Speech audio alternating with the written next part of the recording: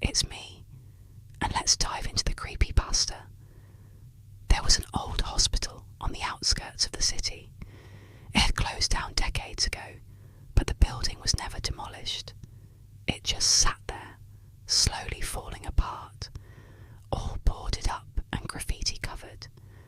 Locals whispered that the fourth floor was sealed off and off limits because years ago a fire broke out on that floor and dozens of kids died. No one knew exactly what started the blaze, but it was rumoured to have something to do with the hospital, as former staff performing experiments on the children, trying to cure their illnesses by electrifying them. Whatever the truth was, no one dared go near that hospital, especially not the fourth floor. But this past weekend, a group of urban explorers decided to test their luck and see if they could sneak into the abandoned hospital and make it to the fourth floor.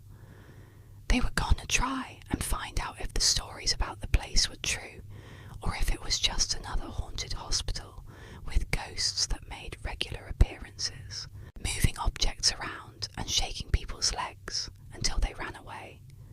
But what they were going to find would leave them wishing they had stayed away. The group consisted of 4 teenagers and 1 girl who was filming it all on her camera. Her name was Anna, and she had gone to this kind of stuff before, but this place sent shivers down her spine even before they walked through the door. Once inside, they found themselves in a large hallway with rows of doors on either side. There was also a staircase at the end of the hall that led up to the 2nd floor. The front door was shut and locked, and the only light in the hallway came from the open door they had walked through. As Anna and her friends started to walk down the hall, their footsteps echoed strangely. It sounded like there were other people walking alongside them, shuffling right next to them. No matter how many times they stopped to listen, the echo would not stop. It followed them all the way to the end of the hall. That's when they spotted something weird. The staircase was moving up and down, as if someone or something was climbing the stairs over and over. Then the echo stopped abruptly. A little further down the hallway was a set of double doors that was slightly ajar.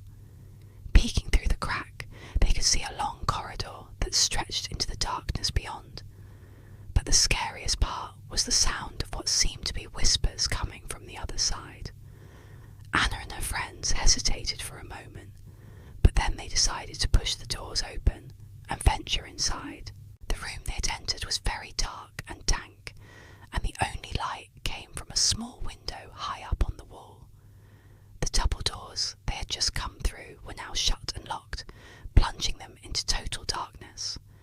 Anna fumbled for her lighter and flicked it on, revealing that they were standing in what looked like an old supply closet. There were boxes piled up against the far wall, and the air was thick with the smell of dust and mildew.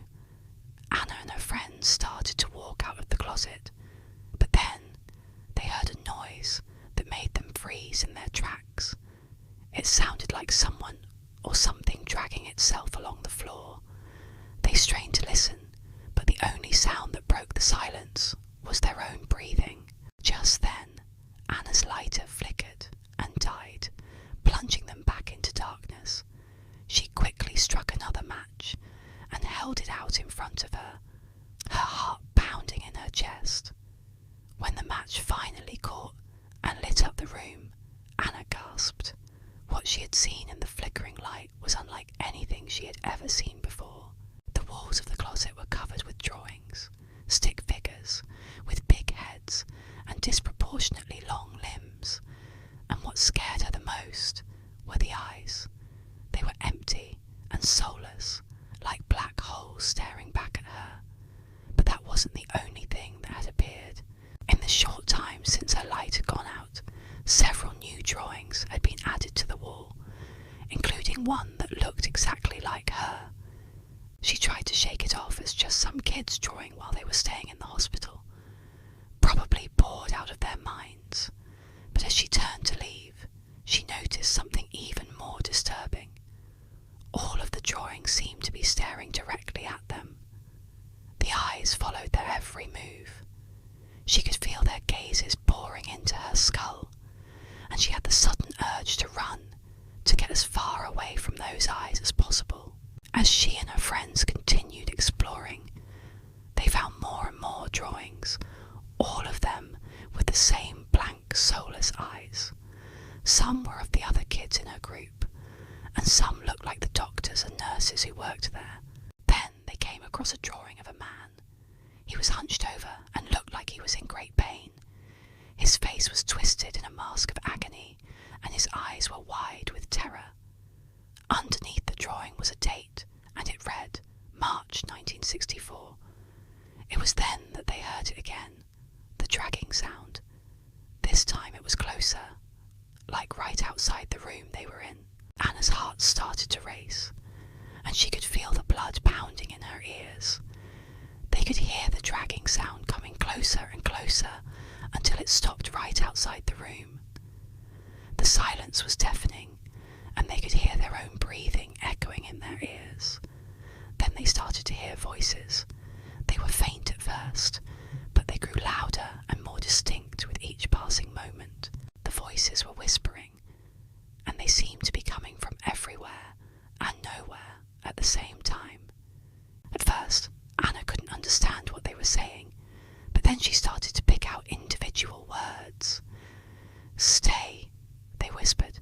"Don't go," they hissed. "Play with us." Anna felt a cold dread creep up her spine, and she knew that they needed to get out of there. But as she turned to leave, she realised that the doors had vanished. In their place were 4 solid walls, and the room was completely dark.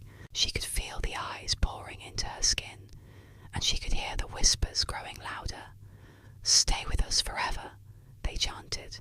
Anna screamed and ran for the nearest exit, but it seemed to be miles away.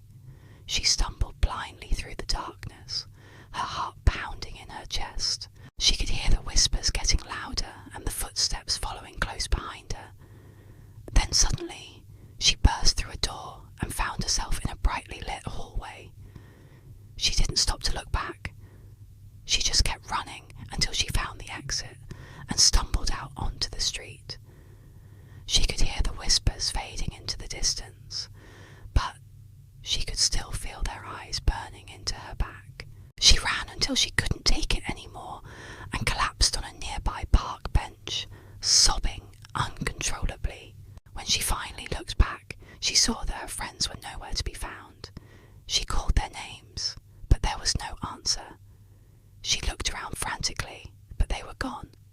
She ran back to the hospital, but when she got there, it was as if it had never been disturbed.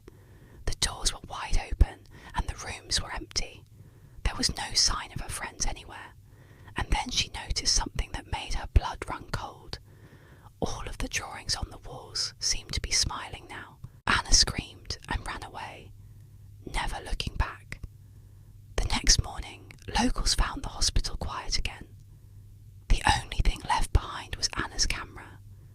The last picture on the film showed the children's ward, and when the photo was blown up, it revealed a terrifying sight. On the wall was a new drawing, a stick figure with big eyes, but it wasn't finished. His eyes were still empty, waiting to be filled in.